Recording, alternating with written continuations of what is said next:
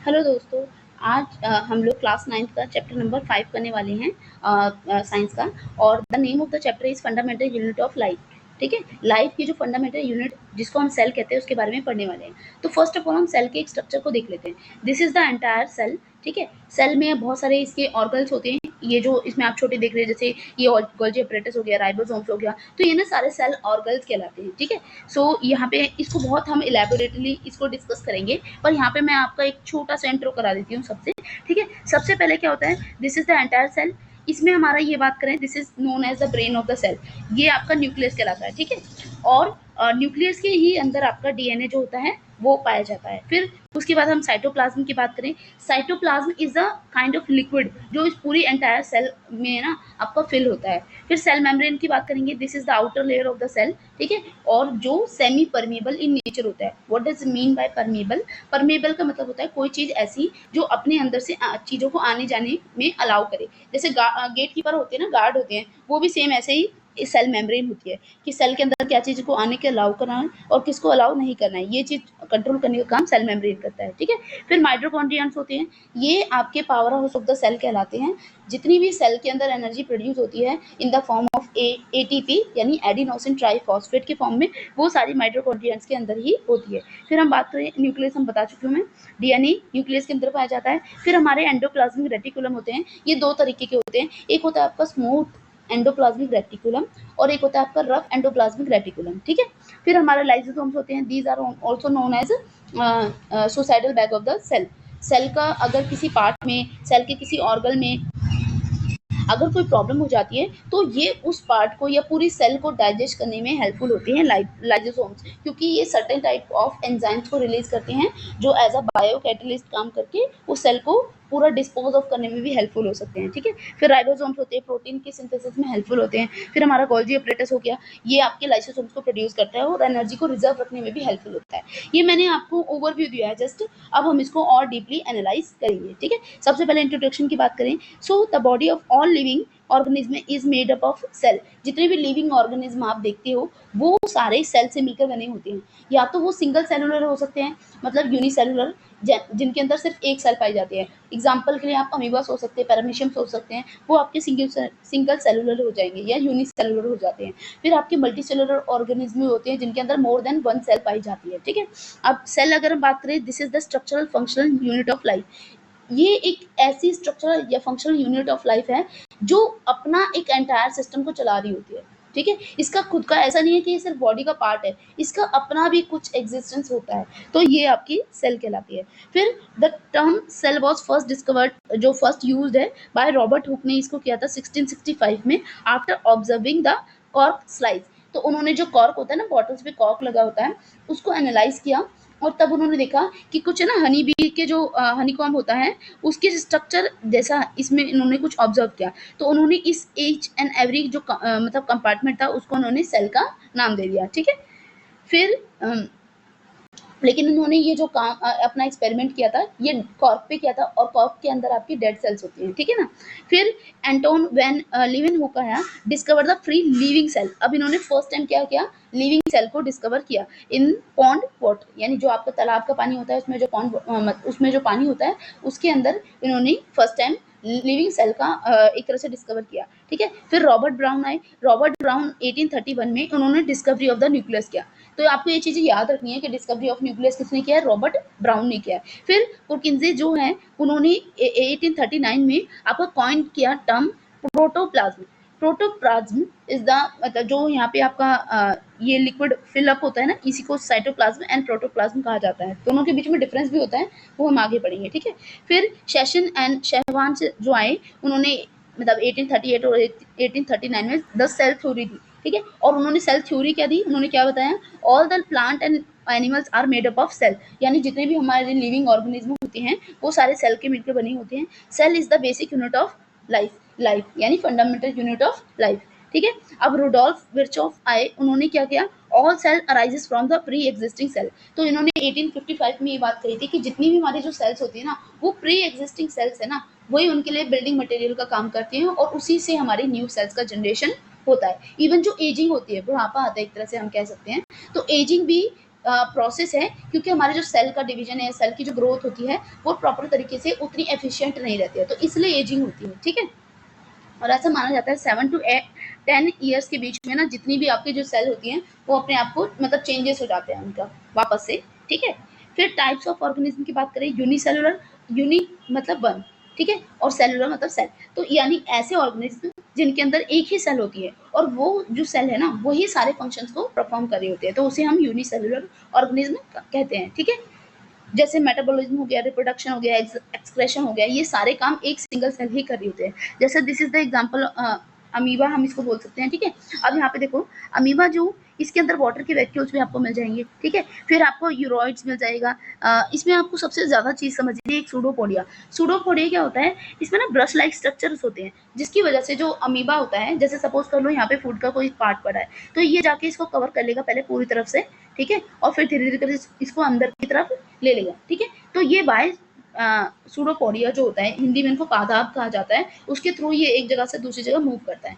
Food vacuoles होते हैं जहाँ पर इनका फूड स्टोर होता है। ठीक है, और फिर जो उसका डाइजेशन मेटाबॉलिज्म वगैरह होने के बाद में फिर वो ये हमारा एक्सट्रैक्ट कर दिया जाता है बाय अमीबा। ठीक है, और इसमें आपका न्यूक्लियस आपको मिल जाएगा देखने के लिए, तो ये सारा आपका एक एग्जाम्पल है बेसिकली। फिर ऐसे ही आपका पैरामीशियम हो जाएगा। पैरामीशियम में भी इसमें भी एक चीज याद रखनी है, सीलिया, जैसे इसमें सूडोपोडिया था ना, सेम स्ट्रक्चर्स होती है इसमें, पर उनको सीलियास कहा जाता है। ठीक है, इसमें भी वही सेम चीज होता है कि आपका एनल पोर्स हो सकते हैं जिसके थ्रू आपका बाहर आता है जो वेस्ट होता है, एक्सप्रेशन होता है। ठीक है, ये फूड वैक्यूल्स होती हैं, तो ये आपको मेन याद रखना है इसका। फिर की कैरेक्टरिस्टिक्स क्या है, body organisation simple with all function carried out within the single cell, यानी जो यूनिसेलुलर ऑर्गेनिज्म है उनमें जितनी भी फंक्शंस होती हैं वो सिंगल सेल ही परफॉर्म कर रही होती है। ठीक है, साइज क्या होता है, जनरली माइक्रोस्कोपिक होते हैं, बहुत छोटे होते हैं, टिनी इन साइज होते हैं, and can only be seen with the microscope. Generally आप इनको माइक्रोस्कोप से ही देख सकते हो। Though some are visible by naked eyes. अब ऐसे कुछ एग्जांपल सोचिए जो हम नेक्ड आइज से भी देख सकते हैं, जैसे कि आपका एग हो गया। ठीक है, तो इवन आप जैसे बोला जाता है ना, ऑस्ट्रिच का जो एग होता है वो सिंगल एग जो है वो सिंगल सेल का ही होता है, तो वो आप उसको नॉर्मल आइज से देख सकते हो, इवन काफ़ी बड़ा होता है वो साइज में। ठीक है, फिर सेल टाइप की बात करें, इसमें इंक्लूड प्रोकैरियोटिक सेल। प्रोकैरियोटिक को पी से प्राइमरी होता है ना, तो आप ऐसे रख सकते हो, पहले प्रोकैरियोटिक सेल आता है देन यूकैरियोटिक सेल आता है। ठीक है, तो इसमें क्या हो जाता है, प्रोकैरियोटिक सेल्स ये प्रिकर्सर लेवल की सेल्स होती है, इतनी ज़्यादा डेवलप नहीं होती हैं। जैसे बैक्टीरिया और आर्किया में आपको ये सेल्स देखने के लिए मिल जाएंगी। सम और एग्जाम्पल यूकैरियोटिक सेल्स जो प्रोटिस्टिड होते हैं, सम फंगी में, इवन जो ह्यूमन बीइंग होते हैं, एनिमल्स होते हैं, उनमें जनरली आपको जो सेल्स देखने को मिलेंगे वो क्या होती हैं, आपकी यूकैरियोटिक सेल्स होती हैं। फिर रिप्रोडक्शन की अगर हम बात करें, प्राइमरी रिप्रोड्यूस एसेक्सुअली, जो सिंगल सेल ऑर्गेनिज्म होते हैं वो असेक्सुअली मोस्टली प्रोड्यूस करते हैं by the binary fission. Binary fission में क्या होगा, एक सिंगल सेल होगा। ठीक है, और वो धीरे धीरे करके ना दो इस तरह में से टूटने लगेगा, फिर पूरा अलग अलग टूट के अलग अलग हो जाएंगी दो सेल। ठीक है, और ये इस तरीके से, तो ये आपका जो होता है ये बाइनरी फिजन कहलाता है। ठीक है, इसमें टू बनेंगे वो टू न्यू डॉटर सेल बन जाएंगे, तो ये आपका क्या होता है, बाइनरी फिजन। और एक होता है आपका बडिंग। ठीक है, बडिंग में क्या होता है, बेसिकली एक जो सेल है, जैसे इसमें ना हाइड्रा में आपको देखने को मिलेगा, हाइड्रा सिंगल सेलुलर ऑर्गेनिज्म है, जैसे ये इस तरीके से हाइड्रा है। ठीक है, तो अब क्या होगा, यहाँ पर है ना एक छोटा सा बर्ड होने लगेगा, फिर धीरे धीरे करके बड़ा बर्ड जो है वो बड़ा होने लगेगा, और फिर आफ्टर सम टाइम क्या होगा, ये जब वो पूरी तरीके से डेवलप हो जाएगा तो दोनों अलग अलग हो जाएंगे। तो इसमें जो पहला जिसमें से निकल कर ये दूसरा वाला बना है, ठीक है, वो हो जाएगा आपका डॉटर सेल, ये डॉटर सेल हो गया, और ये आपका पेरेंट सेल हो जाएगी। ठीक है, तो ये है।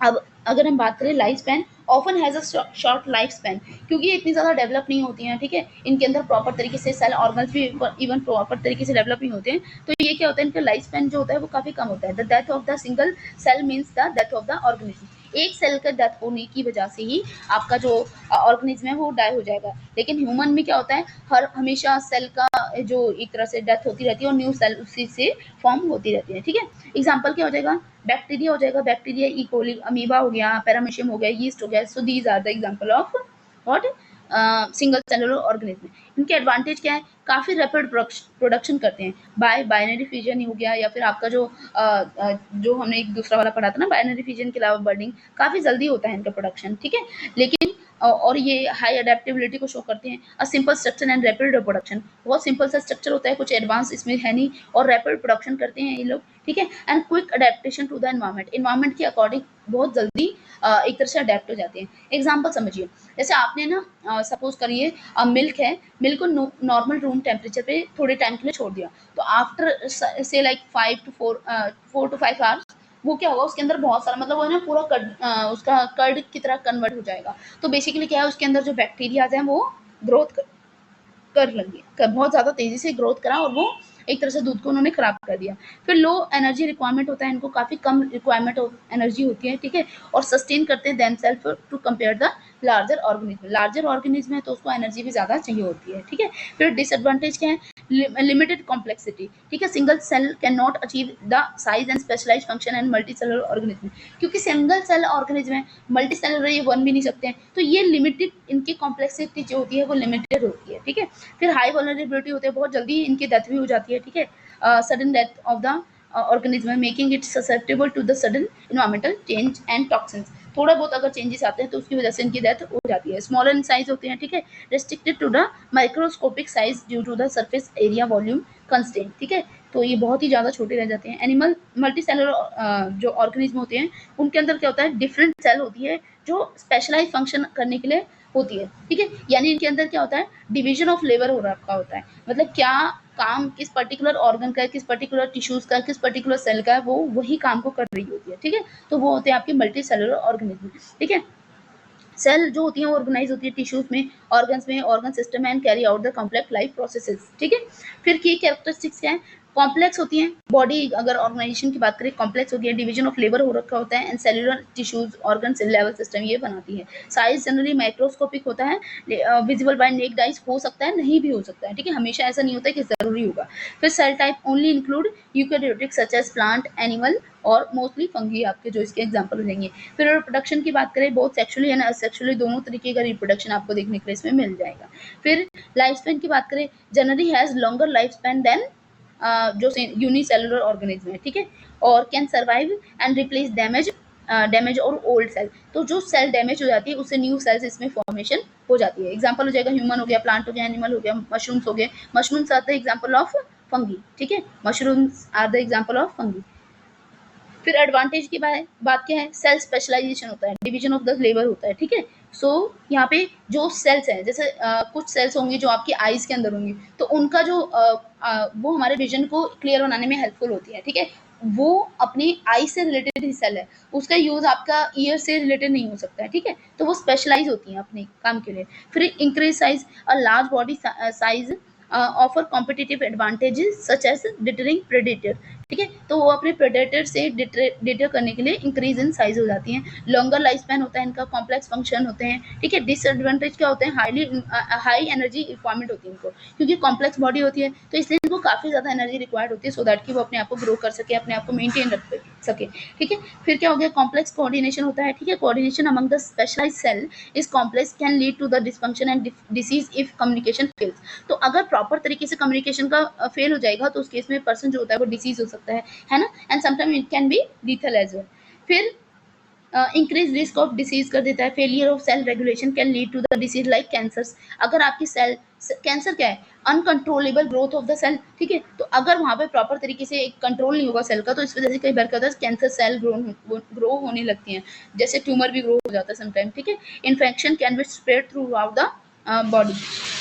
फिर सोशल रिप्रोडक्शन, स्लोअर रिप्रोडक्शन करते हैं, growth and reproduction take longer and are more complex, इनका जो प्रोडक्शन होता है वो काफ़ी ज़्यादा कॉम्प्लेक्स भी होता है और काफ़ी ज़्यादा लॉन्गर होता है, ठीक है, काफ़ी ज़्यादा टाइम लगता है उसको। फिर टाइप्स ऑफ सेल की बात करें, प्रोकैरियोटिक सेल, पी से प्राइमरी, प्री से प्रोकैरियोटिक, ठीक है, तो ये smaller primitive and simple cells होती हैं, इसके अंदर है ना आपको नो वेल डिफाइंड न्यूक्लियस, तो न्यूक्लियस की जगह ना यहाँ पे आपको न्यूक्लियोइड मिल जाता है, तो बेसिकली जो न्यूक्लियस वाला मटेरियल होता है ना वो ऐसे ही जस्ट फ्लोट करता रहता है, ठीक है, तो वो न्यूक्लियोइड आपको देखने को मिल जाता है। न्यूक्लियस आपको प्रॉपर डेवलप नहीं मिलेगा, नॉन न्यूक्लियस की प्रॉपर सेल मिलेगी, सॉरी सेल, जो न्यूक्लियस मेम्ब्रेन होती है वो भी अच्छे से आपको नहीं मिलेगी देखने के लिए।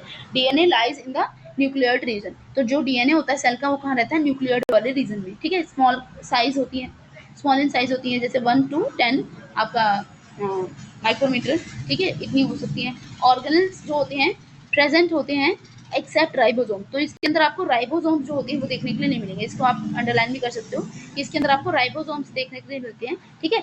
और आपका बात करें तो सेल वॉल या नॉन सेलुलोइक जो आपको सेल इसकी जो वॉल होती है वो आपको देखने के लिए मिलती है, ठीक है। वैसे सेलुलोइक जो सेल वॉल होती है ना वो आपको जनरली प्लांट पर देखने के लिए मिलती है, उसमें आपको सेलुलोइड वाले मिलता है, ठीक है, सेलुलोइड वाला। फिर यूकेरियोटिक सेल्स बात करें, लार्जर होती है, एडवांस होती है, कॉम्प्लेक्स भी काफी ज्यादा होती है, ठीक है। फिर nucleus well defined with nucleus membrane. तो न्यूक्लियस है ना, इसमें ऐसा नहीं होता न्यूक्लियोइड पड़ा हुआ है, प्रॉपर तरीके से न्यूक्लियस आपका डेवलप होता है। लार्जर इन साइज होती है, ऑर्गेनल जो होते हैं, सेल के ऑर्गेनल्स जो होते हैं वो सारे आपको ऑलमोस्ट प्रेजेंट होते हैं, ठीक है। Cell wall, plant cell have cellulose wall. तो अब सेल वॉल जो होती है प्लांट सेल में आपको मिलेगी, और प्लांट सेल में जो सेल वॉल होती है वो बनी होती है सेलुलोज की, ठीक है। क्लियर है ये चीजें? ठीक है, ये आपका कॉम्प्लेक्स सेल का एक इमेज दे रखा है, ठीक है। माइटोकॉन्ड्रियाज आपको मिल जाएंगे, ठीक है। और उसके अलावा आपको यहाँ पे सबको मिल जाएगा, सीलिया भी मिल जाएगा। सीलिया आपको कहाँ पे मिलता है? पैरामीशियम में मिलता है, ठीक है। और न्यूक्लियस आपको प्रॉपर मिल जाएगा, एंडोप्लाज्मिक रेटिकुलम मिल जाएगा, ठीक है। तो बहुत सारे आपको सेल ऑर्गन्स इसमें मिल जाएंगे।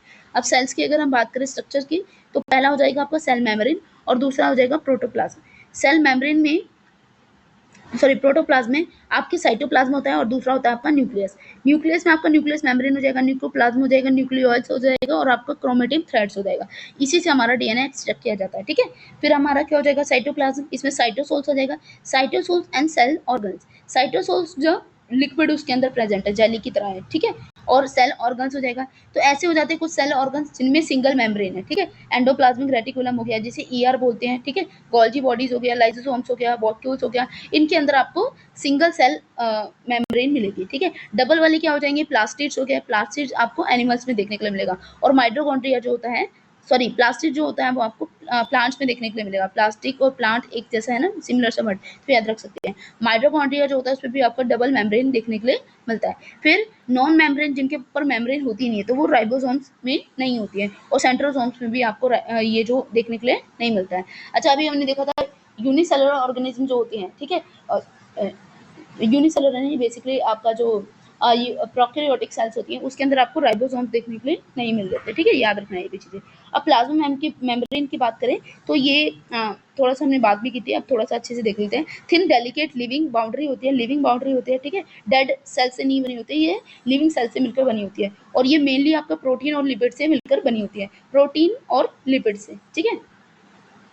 फंक्शंस की बात करें, separate cell content from the surrounding. तो जैसे सपोज करो एक सेल है, तो इस सेल को जो सराउंडिंग है उससे ये उसको सेपरेट करने में हेल्पफुल होती है। अगर ये सेल वॉल नहीं हो तो सारा जो सेल है का मटेरियल है साइटोप्लाज्म में वो इधर उधर स्प्रेड होगा, तो ये उस चीज़ से उसको प्रिवेंट करती है, ठीक है। सेलेक्टिव परमेबल होती है, ठीक है। सेमी परमेबल हम कह सकते हैं।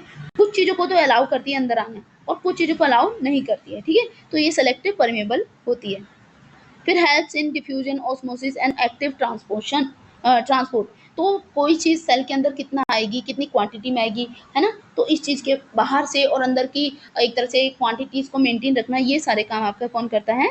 मेम्ब्रेन करती है। फिर न्यूक्लियस की बात करें, न्यूक्लियस में न्यूक्लियस का एनवेलप होता है। पहले तो स्ट्रक्चर ऑफ न्यूक्लियस देख लो।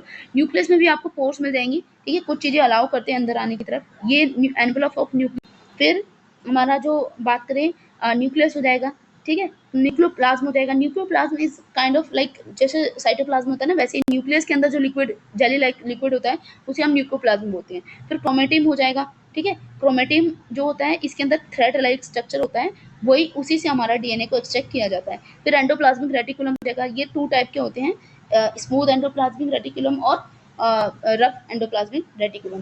तो न्यूक्लियस एनवेलस की बात करें, ये डबल मेम्ब्रेन होता है, अभी हम बात कर चुके हैं। न्यूक्लियस जो होता है वो डबल मेम्ब्रेन होता है विद पोर्स, इसके अंदर छोटे छोटे पोर्स होते हैं, छेद होते हैं। फिर न्यूक्लियोप्लाज्म की बात करें, फ्लूइड इनसाइड द न्यूक्लियस होता है। फिर न्यूक्लियोल्स की बात करें, सिंथेसिस ऑफ द राइबोसोम। तो जो न्यूक्लियोल्स हैं वो आपका राइबोसोम से मिलकर बना होता है। फिर क्रोमेटिन मटेरियल की बात करें, डीएनए एंड प्रोटीन जो होता है कंट्रोल करता है हेरिडिटी को, ठीक है। बेसिकली आपकी हेरिडिटी को, यानी एक ऑर्गेनिज्म में अपने जैसे दूसरे ऑर्गेनिज्म उसी के जो डॉटर होती है या उसका जो सन होता है उसके अंदर जो एक तरह से ट्रांसफर होता है ना आपका, जीन्स ट्रांसफर होते हैं, तो वो बाय द क्रोमेटिन मटेरियल होते हैं क्योंकि उसी के अंदर हमारा डीएनए होता है। फिर फंक्शन क्या करता है? All activities of the cell, जितनी भी सेल की एक्टिविटीज है वो सारी कंट्रोल करती हैं by the nucleus and transfer hereditary information.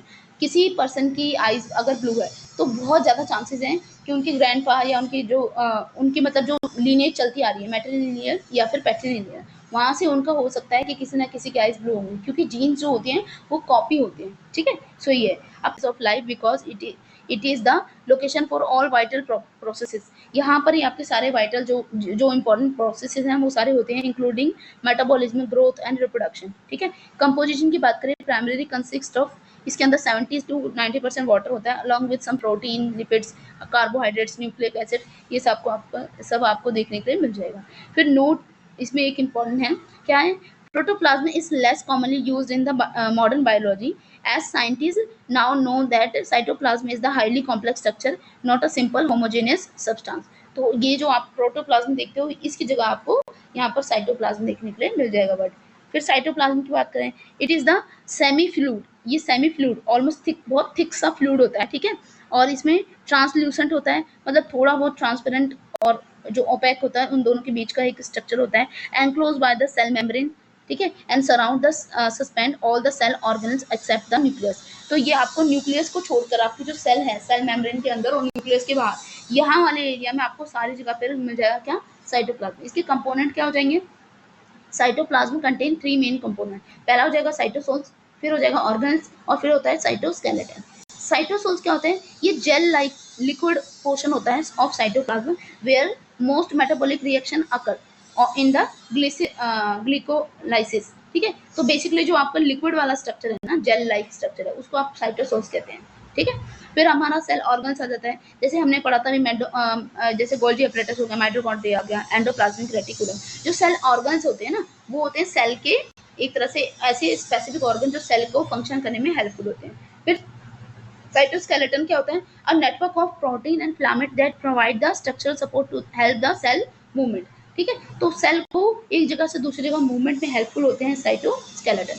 Function क्या है, structural support, maintain the cell shape and keeps cell organs suspended in the plate. तो सेल ऑर्गन्स को सस्पेंड, इसको सेल की शेप को मेंटेन रखते हैं, और सेल ऑर्गन जो है वो सस्पेंड ना हो जाए, इधर उधर फैल ना जाए, इस चीज़ को रोकने में भी हेल्पफुल होते हैं। मेटाबॉलिक साइट होता है, कंटेन एंजाइम्स होते हैं, इसके अंदर मेनली एंजाइम्स इसके अंदर होते हैं जो आपके बायोकेमिकल रिएक्शन करके आपके मेटाबॉलिक साइट इसको बना देते हैं। फिर transportation, facilitate the movement of nutrients के मूवमेंट को फैसिलिटेट करते हैं।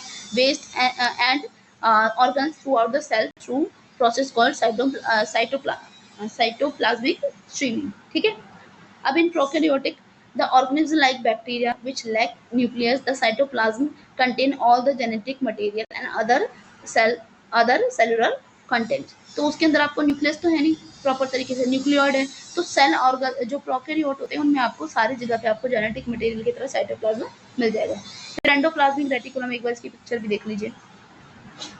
ठीक है, सो ये आपका एंडोप्लाज्मिक रेटिकुलम हो गया, ये एक एंडोप्लाज्मिक रेटिकुलम, और दूसरा वाला हो गया ये वाला। तो ये जो इस तरीके से ना, इसको रफ एंडोप्लाज्मिक रेटिकुलम बोलते हैं, और जो ये आपके ब्लॉक्स टाइप हैं इनको आपको स्मूथ एंडोप्लाज्मिक रेटिकुलम बोलते हैं। ठीक है, तो ये जो रफ एंडोप्लाज्मिक रेटिकुलम है वो आपका प्रोटीन के सिंथेसिस करते हैं, लेकिन अगर हमारा स्मूथ एंडोप्लाज्मिक रेटिकुलम है तो वो आपका लिपिड, ठीक है, उसके सिंथेसिस करते हैं, यानी एक तरह से फैट का सिंथेसिस करने में हेल्पफुल होते हैं, एंड बॉडी को डिटॉक्सिफाई करने में भी हेल्पफुल होते हैं। तो आपको डिटॉक्सिफिकेशन एक वर्ड अलग से है, तो वो याद रख लेना है। और रफ स्मूथ है, जैसे फैट भी आपका स्मूथ होता है, तो आप उससे करके याद रख सकते हैं। ठीक है, फंक्शन की बात करें, ट्रांसपोर्ट ऑफ मटेरियल में हेल्पफुल होते हैं, ट्रांसपोर्टेशन ऑफ मटेरियल में। ठीक है, और प्रोवाइड करते हैं इंटरनल फ्रेमवर्क, हमारी बॉडी को कनेक्टेड रखना है, इंटरनल फ्रेमवर्क को मेंटेन रखते हैं। गोल्जी अपरेटस की बात करें, गोल्जी अपरेटस जो होता है, पहले आप इसका स्ट्रक्चर देख लीजिए, अगर यहाँ पे आपको अच्छे से विजिबल हो जाएगा, ये वाला, ये भी, और आपका माइटोकॉन्ड्रिया ऑलमोस्ट सिमिलर ही दिखते हैं, बट माइटोकॉन्ड्रिया जो होता है वो डबल सेल और मेम्ब्रेन के अंदर होता है। ठीक, उसकी डबल मेम्ब्रेन होती है बेसिकली। गोल्जी अपरेटस क्या होता है, स्टैक ऑफ मेम्ब्रेन बाउट सेक होते हैं, और इसका जो ये होते हैं ये सिस्टराइन से मिलकर बने होते हैं। ठीक है, फंक्शन क्या करते हैं, ये आपका मॉडिफिकेशन करते हैं, packaging, transport of protein and lipids, इसके लिए काम करते हैं। फॉर्म करते हैं लाइसोसोम्स को। लाइसोसोम्स क्या होते हैं, these are known as suicidal bags of the cell. ठीक है, सेल का अगर किसी ऑर्गन में कोई प्रॉब्लम है या पूरी एंटायर सेल में कोई प्रॉब्लम है, तो वो क्या करते हैं, लाइसोसोम से ना जो बस्ट हो जाते हैं, ठीक है, बैग्स की तरह होते हैं वो, और वो बस्ट हो जाते हैं, और जब वो बस्ट होते हैं तो बहुत सारे बायो कैटलिस्ट एंजाइम्स को छोड़ते हैं, सिक्रेट करते हैं, और उसकी वजह से जो सेल का जो पार्ट होता है वो उसको पूरी तरीके से डाइजेस्ट कर देते हैं, या समटाइम इवन पूरी सेल को भी डाइजेस्ट करने में हेल्पफुल होते हैं। ठीक है, फिर हम माइटोकॉन्ड्रिया की बात करेंगे। डबल मेम्ब्रेन होता है माइटोकॉन्ड्रिया, सेल ऑर्गन है। Inner membrane is folded into cristae. तो ये इनर मेम्ब्रेन जो होती है वो क्रिस्टाई में फोल्ड होती है, ये जो इनर मेम्ब्रेन है ना, ये क्रिस्टाई में फोल्ड होती है। ठीक है, and contain its own DNA and ribosomes. तो इसका डीएनए भी अपना अलग हो सकता है, और इसका थोड़े बहुत राइबोसोम्स भी इसके अलग हो सकते हैं। ठीक है, और फंक्शन करते power house of the cell होता है, और एनर्जी को एटीपी के फॉर्म में बनाता है। And what do you mean by ATP? तो एटीपी इज यानी एडिनोसिन ट्राइफॉस्फेट। ठीक है, ये आपका एटीपी के फॉर्म में एनर्जी को बनाता है। अब हम बात करेंगे प्लास्टिड्स का। तो प्लास्टिड्स को अगर देखें तो प्रोटोप्लास्टिड्स हो गया, इसको अगर हम बांटते हैं तो आपका क्या हो जाता है, पहला एटियोप्लास्टिक हो गया, फिर आपका क्रोमोप्लास्ट हो गया। ठीक है, ये ल्यूकोप्लास्ट हो गया। क्रोमोप्लास्ट में आपका क्लोरोप्लास्ट में आपका क्रोमोप्लास्ट हो गया, फिर जेरेंटोप्लास्ट हो गया। ठीक है, और ल्यूकोप्लास्ट में क्या हो जाएगा, एमाइलोप्लास्ट हो गया। ठीक है, एलियोप्लास्ट हो गया और प्रोटीनोप्लास्ट हो गया। तो ये सारे आपके इसके हमने इसको बांट रखा है। तो पहले हम पढ़ते हैं chloroplast, the most well known plastid. ये काफ़ी ज़्यादा मतलब नोन है। ठीक है, लोग इसको जानते हैं क्रोमोप्लास्टिक को। ठीक है, ये क्या करता है, यूज करता है क्लोरोफिल को, ग्रीन कलर का जो पिगमेंट होता है प्लांट जिसकी वजह से ग्रीन दिखाई देते हैं, टू कन्वर्ट लाइट एनर्जी को कन्वर्ट कर देता है वो किसमें, केमिकल एनर्जी में। ठीक है, केमिकल एनर्जी में उसको कन्वर्ट कर देता है, और in the form of glucose. तो प्लांट क्या करते हैं, अपना एक जो उसके पास क्लोरोफिल है, and in the presence of sunlight, और जो भी उसको water nutrients as a nutrient चाहिए उसको लेकर वो अपना फूड को सिंथेसाइज कर देते हैं। तो ये इसका अपना फंक्शन है। और location found in the green plant of the green part of the plant such as leaves में, और आपको स्टेम्स में देखने के लिए मिल जाएगा।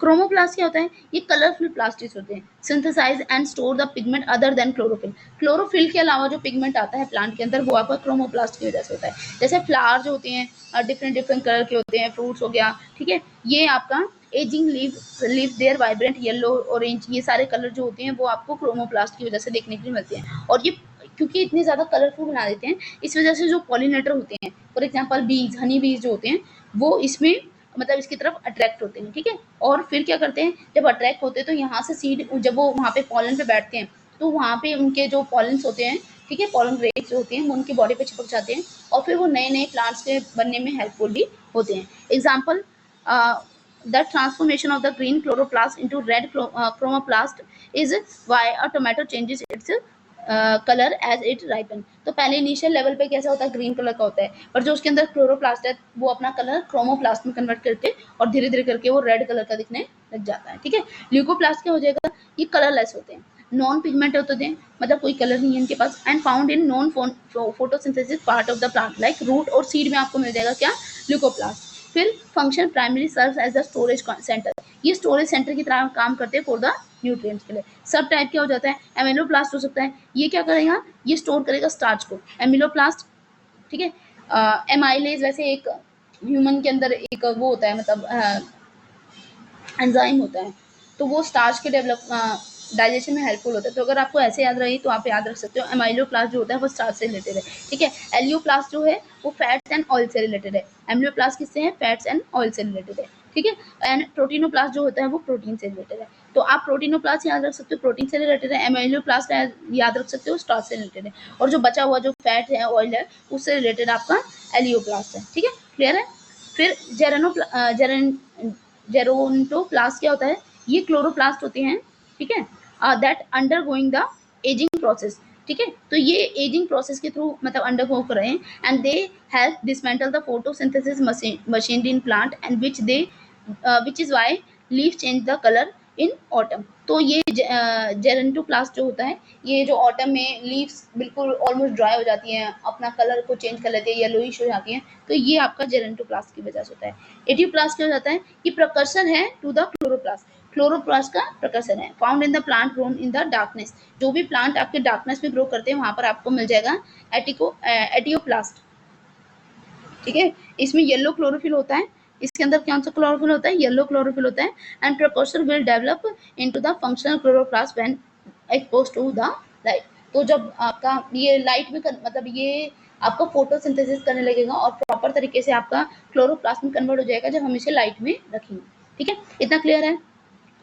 ठीक है, फिर उसके बाद राइबोसोम्स की बात करते हैं। Smallest membrane less membrane less organs होते हैं। हमने पढ़ा था राइबोसोम जो होते हैं वो सेल ऑर्गन लेस होते हैं। ठीक है, सेल ऑर्गन्स उसमें इतने अच्छे से डेवलप नहीं होते हैं, या एक दो आपको मिल सकता है, और ये किस में नहीं होते, प्रोकैरियोटिक सेल्स में आपको देखने के लिए नहीं मिलते हैं। फाउंड इन द साइटोप्लाज्म और in the rough endoplasmic reticulum. तो दोनों जगह आपको मिल सकते हैं, एक तो आपको साइटोप्लाज्म में मिल सकते हैं और रफ एंडोप्लाज्मिक रेटिकुलम में भी मिल सकते हैं। एंड फंक्शन क्या है, प्रोटीन के सिंथेसिस में हेल्पफुल होते हैं। ठीक है, लाइसोसोम्स सुसाइडल बैग्स कहा जाता है, destroy worn out of the cell part, ये मैं बता भी चुकी हूँ। ठीक है, फिर वैक्यूल्स हो गया, मेम्ब्रेन बेस्ड सेक्स होते हैं। ठीक है, कंपार्टमेंट्स होते हैं जो स्टोरेज के लिए हेल्पफुल होते हैं। Large central vacuoles in the plant cell, plant cell के अंदर ना आपको लार्ज बहुत बड़ा साइज का एक आपको वैक्यूल मिल जाएगा, लेकिन जो एनिमल सेल्स होते हैं उनके अंदर या तो आपको वैक्यूल्स नहीं मिलेगा, या मिलेगा तो बहुत छोटा इन साइज मिलता है। ठीक है, and small temporary in the animal cells, तो वही वाली बात है, बहुत छोटा मिलेगा, टेम्परेरी मिलेगा इन एनिमल सेल में। सेल वॉल जो होती है, ठीक है, ये सेल्यूलोज की बनी होती है, पहले तो आपको याद रखना है। ये फ्रीली परमेबल होती है, यानी हर चीज को अलाउ कर देती है, और ये प्लांट के अंदर आपको मिलती है, क्योंकि प्लांट देखो, अगर जैसे एनिमल की बात है, अगर काफी ज्यादा से लाइक धूप है, तो वो उस जगह को छोड़ के दूसरी जगह पे जाएगा जहाँ पे गर्मी ज्यादा है, तो वहां से ठंडी वाली जगह जाएगा, ठंडी ज्यादा तो गर्मी वाली जगह में जाएगा, ऐसे ही करता है ना। तो वो एक जगह से दूसरी जगह मूव कर सकता है, लेकिन प्लांट जो है वो एक ही जगह पे स्टैंड रहेंगे, लाइक बहुत 50-60 ईयर्स में भी। तो उसको एक्स्ट्रा प्रोटेक्शन के लिए मदर नेचर ने उसके अंदर सेल्यूलोज वाली एक सेल वॉल बनाया है। ठीक है, जो नॉन लिविंग होती है, रिजिड होती है, और मेड द सेल्यूलोज फंक्शन। ठीक है, तो बेसिकली प्लांट को एक जगह खड़े रहने में और उसको हार्म ना पहुंचे, इसमें काफ़ी ज़्यादा हेल्पफुल होती है। अब सेल डिवीजन देख लेते हैं। तो ये दो तरीके का होता है, एक होता है आपका माइटोसिस, एक होता है आपका मायोसिस। ठीक है, तो माइटोसिस और मायोसिस क्या है? Mitosis a process of cell duplication और reproduction during the one cell gives rise to the two genetically identified cell. ये है ना, आपको यहाँ पे समझो, सोमैटिक सेल्स में होता है, जो आपकी वो होती है ना रिप्रोडक्शन सेल्स, जैसे आपका एग स्पर्म, वहां पर आपको देखने के लिए नहीं मिलेगा, ये आपको मिलता है सोमैटिक सेल्स में। रैदर मतलब लाइक उनको छोड़ के और जो सेल्स में होते हैं, और इसमें ना जब वो डिवाइड होती है तो टू न्यू डॉटर सेल्स बनती है, जैसे ये बना, तो ये दोनों ही daughter cell new daughter cell बन जाती हैं। ठीक है, फिर इसमें फेजेस होते हैं, प्रोफेज होता है, मेटाफेज होता है, एनाफेज होता है, ठीक है, टेलोफेज होता है।